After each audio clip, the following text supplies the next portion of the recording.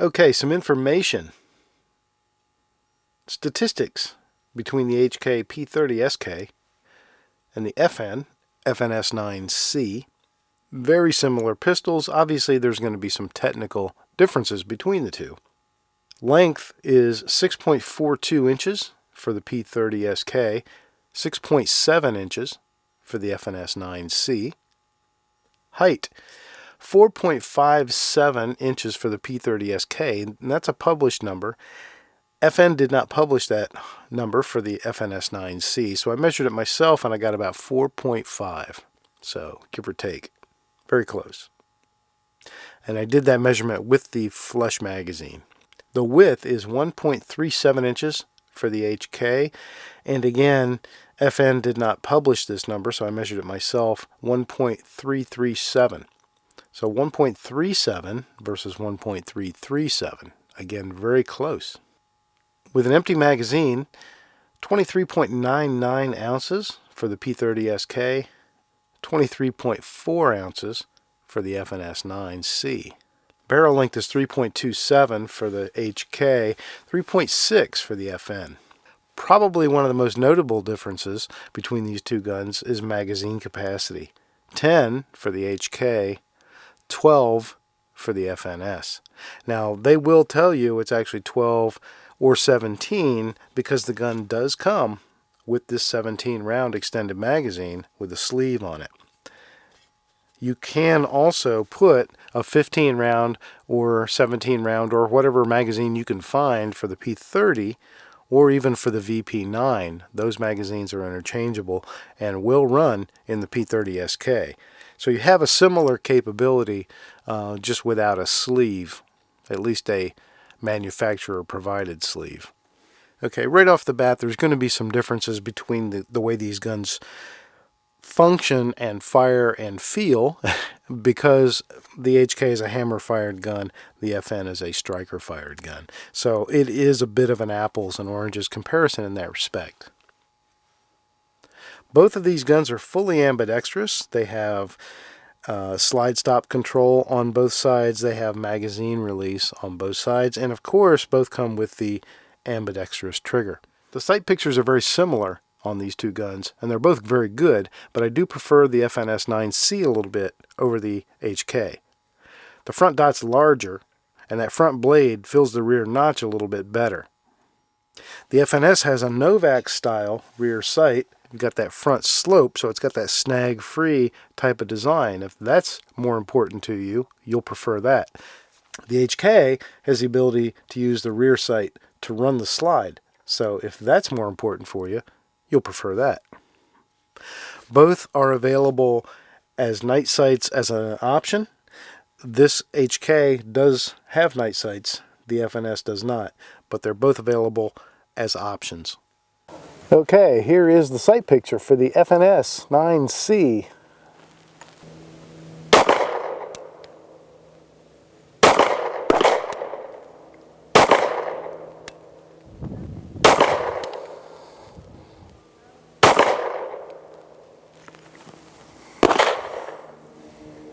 And here is the sight picture for the H&k P30SK.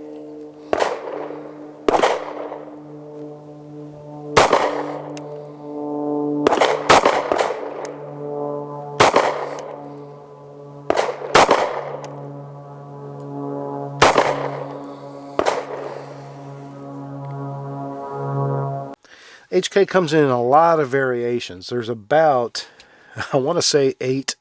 There's at least a half a dozen, maybe 8 different ways you can configure this particular pistol. The FNS-9C really comes in only one practical variation. The only difference you can really make is the slide finish, whether you want that satin stainless steel look or a black slide, and that's about the only difference. Is really a cosmetic one. The triggers in both of these guns are good. Again, they are going to be different because one's a hammer-fired gun, one's a striker-fired gun. The FNS trigger is crisper and nicer overall. It's a very nice trigger. It's got an extremely crisp break and a pretty decent and very tactile reset. So I do really like this trigger and I really enjoy shooting it. Now, the HK has a really nice trigger too, but very different. It's a lot more spongy because it is a hammer-fired gun, so you're moving levers and such inside, and not just a striker. It's got a longer travel, but it's also pretty light braking. I measured both of these, and my observations on an average of 5 were that the HK, 5 pounds, 10 ounces is the average trigger pull, so just a hair over 5.5 pounds, and about 6 pounds exactly for the FNS. FNS-9C comes with 3 magazines available in 3 different lengths and configurations. This is the flush magazine. It holds 12 rounds. It's pretty comfortable, except it's got that weird jut out right there at my pinky that feels kind of odd. It makes me either want to go like that or something. But talk about the other 2 mags as I use those. So let me shoot this thing, give you my thoughts. Sight picture is nice. The front dot is much larger than the 2 rear dots. And the front post fills the rear notch pretty well. So I like the sight picture. They are not night sights.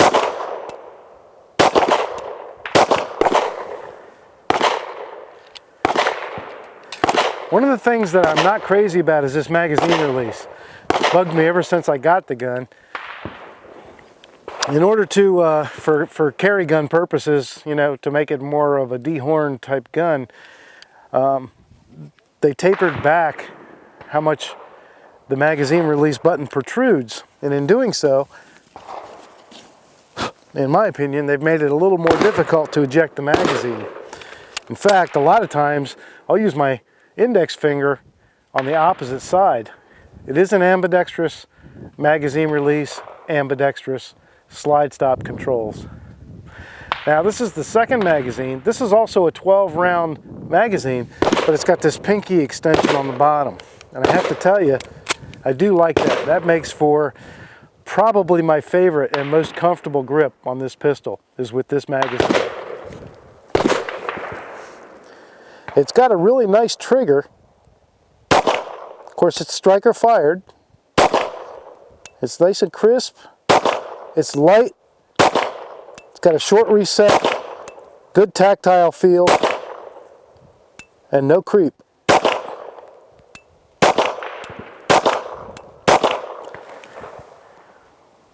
The gun handles recoil really well. It's a comfortable gun to shoot, as long as you've got that, you find that comfortable magazine configuration that you like. Now here's the extended magazines. This is a full 17 round capacity magazine, just like you'd find on the FNS-9, not the compact. This gives you about as full a grip as you could want. I got a lot to spare there.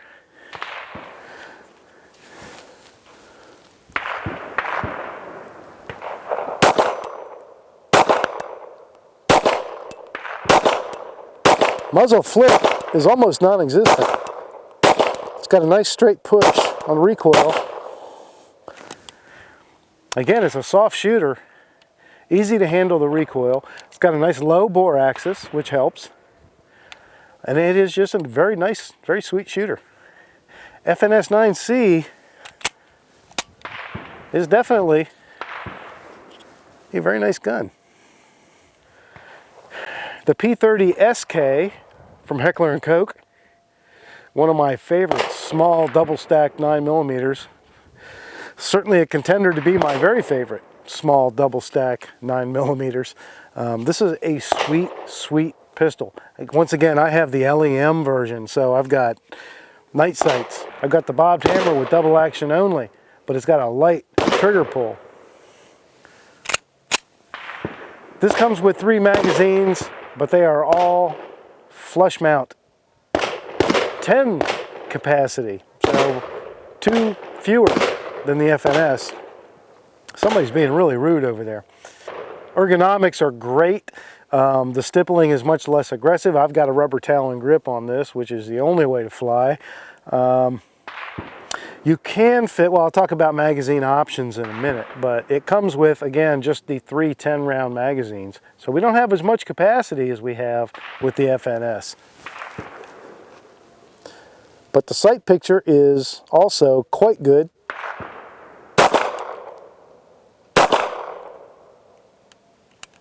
Trigger is really light, really crisp. Hammer versus striker, of course, is going to feel different. We're further out to the reset, and it's a little spongier because it is a hammer-fired gun. Your pinky tends to want to drop underneath this gun, more so than the FN.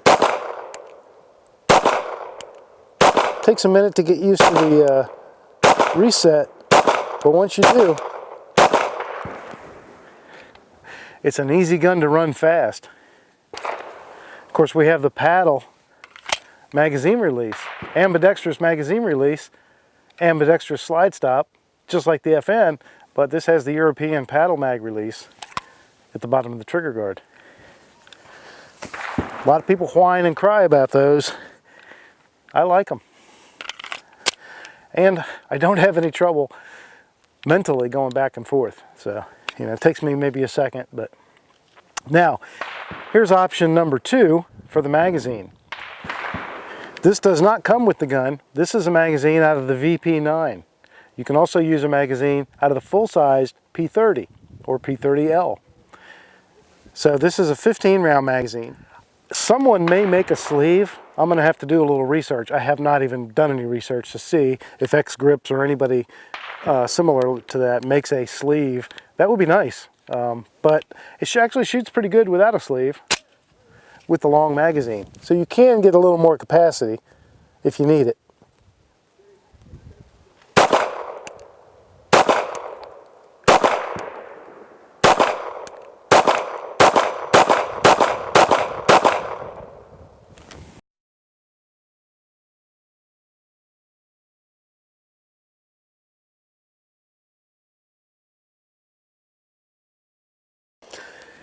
Okay, this is Freedom Munitions,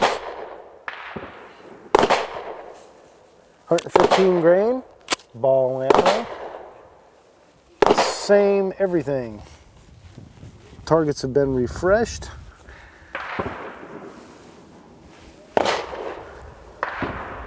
Starting with the FNS-9C.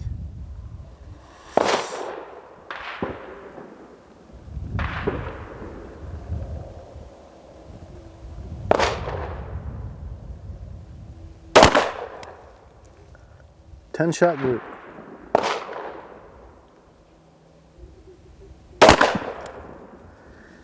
This trigger has a nice break. Good target trigger.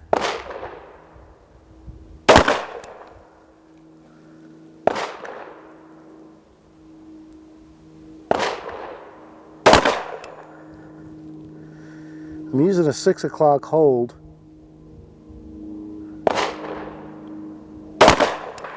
With the orange dot sitting right on top of the front sight.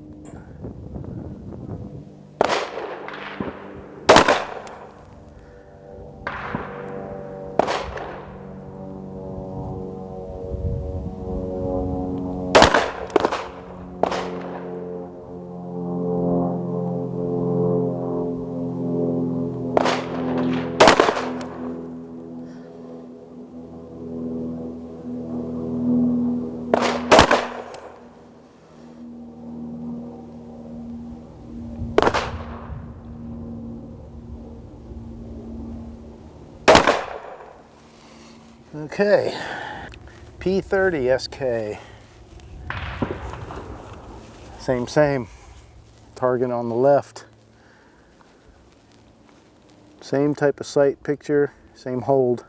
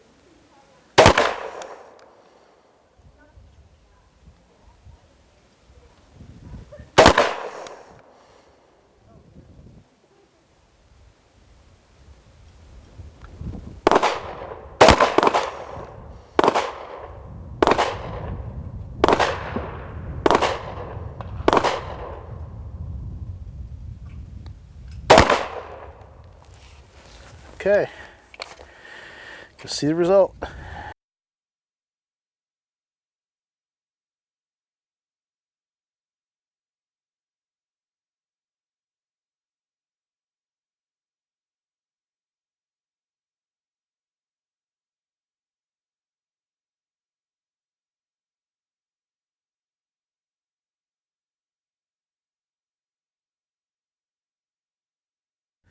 Okay, 15 yards, 10 shots each. Remington, UMC.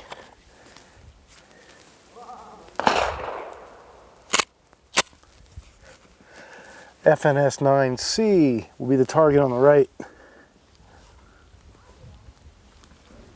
15 yards.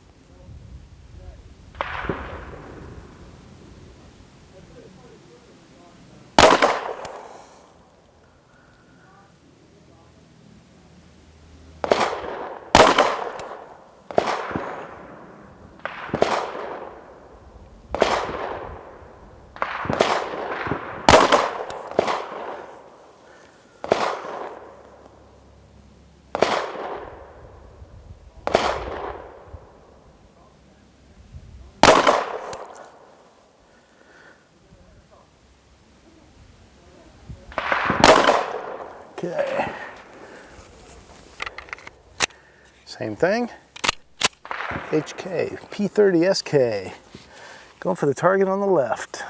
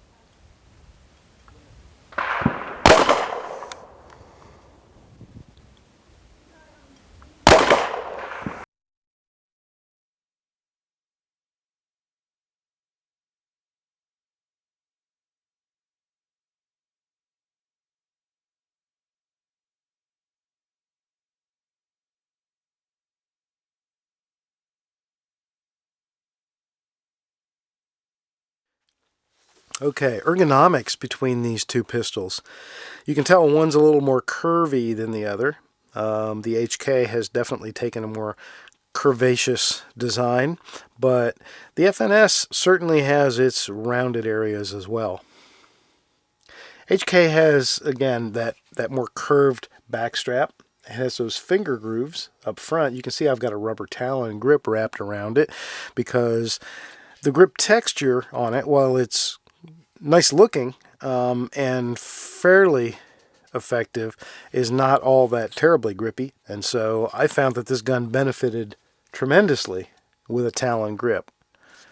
The FN, on the other hand, has a more aggressive texture style. I have also found that these front, I don't know what I'm going to call them, just front grip lines, because they're not really serrations or anything. I find these to be surprisingly effective. They really do help my grip. The texture on the back strap and the texture on the side panels is a little bit like an off-road tire, and that can be a little bit annoying. It will leave marks in your skin. So for that purpose only, I've also been thinking about throwing a rubber Talon grip on this. I'm sure it'll make it feel softer, but it's probably also going to add to the grippiness of it too. So I haven't done it yet, but that's only a matter of laziness. I do intend to. The control placement on both of these guns is good. The control placement on the H&K for the magazine release is, of course, about as easy as it gets because it is that paddle style. So no matter what your hand size, you should not have to alter your grip at all, depending on how you want to use that control. The slide stop control is also very extended and very easy to reach with your thumb without having to alter your grip, whether you're right-handed or left-handed.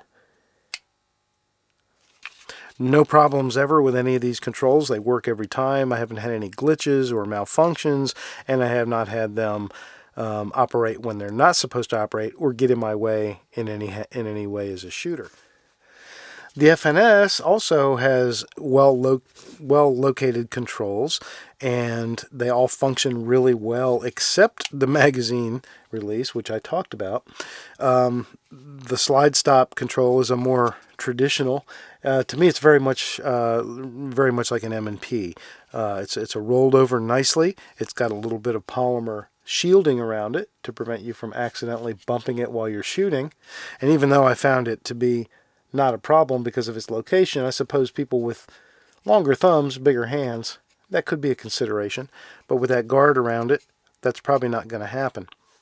Both of these pistols will allow you a certain degree of customization to user in terms of being able to replace, in the case of the FN, the back strap.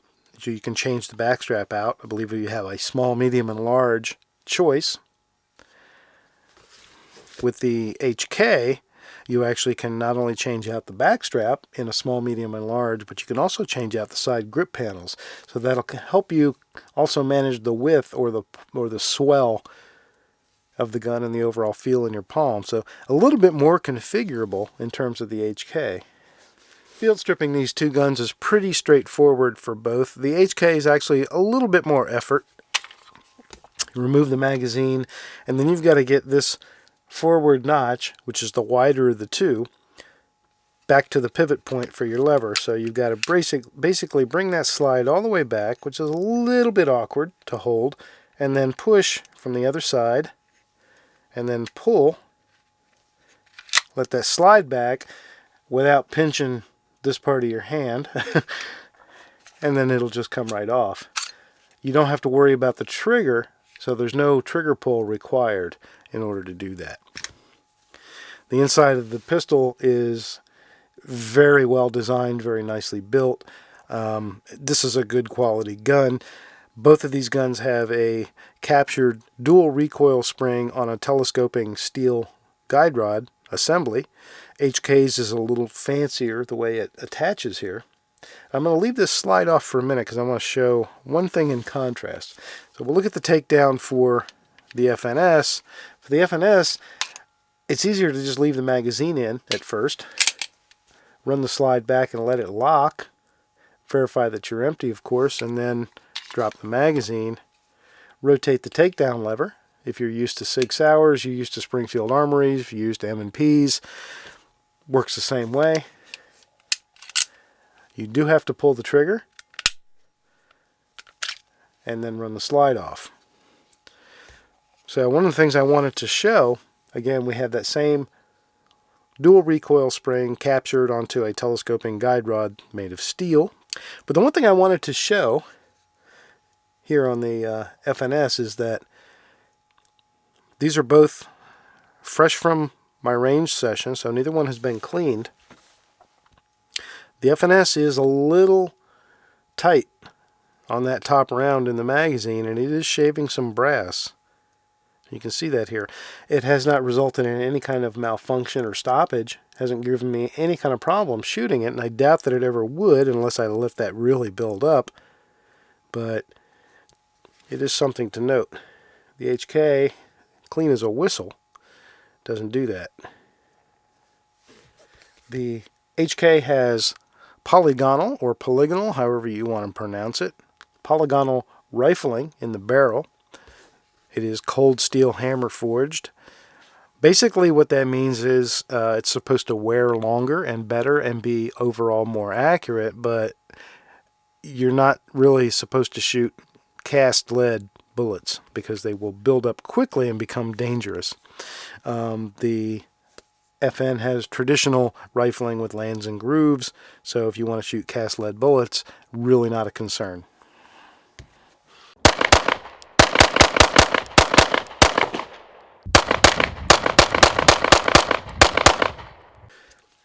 Okay, putting them both back together is pretty simple. You just run the slide back on. With the HK, you've got to once again bring it back to that spot with the notch. Push the pin in, let the slide go home, function test, and you're good to go. FN, we just put the slide back on, run it, lock it to the rear, return that lever back, function test, and you're good to go. So as usual, if you were looking for me to say this one's better than that one, you might be a little bit disappointed. And I don't do that just to be, a fence rider. I really like both of these guns. They both bring a lot to the table. They bring things to the table a little differently. I like both of these guns. They both have excellent fit and finish. They are both very good quality, well-manufactured handguns. The only thing I will say between the two of them is the magazine release on the FNS-9C is really problematic for me. I don't think I would carry this gun because of that. And other than, being a small range toy at this point, that's about all I would use it for.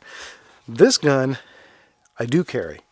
I've carried it quite extensively, and I have no problem at all relying on it.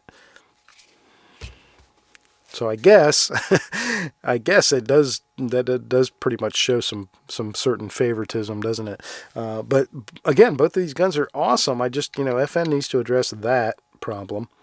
Any other last minute little miscellaneous things? I mean, they both have, HK has a squared off trigger guard, FN has a rounded trigger guard, but they're both pretty ample. You've actually got, it looks like you've got a little bit more space to get a gloved finger in the FN. They both have serrations in the front for those people who don't know how to shoot properly and like to put a finger up there. And they both have Picatinny 1913 rail, both 3 notches and about the same amount of space there. Pretty good for a subcompact gun. So there you go. If you tell me you prefer the FN and you're going to buy yourself an FNS-9C, I'm going to tell you, good choice. You've chosen a good handgun. If you tell me that you like HK and you're going to buy a P30SK, I'm going to tell you the same thing. Good choice. You're buying a nice handgun. There's the comparison. I hope I gave you some decent information, maybe a little bit of entertainment along the way. Later.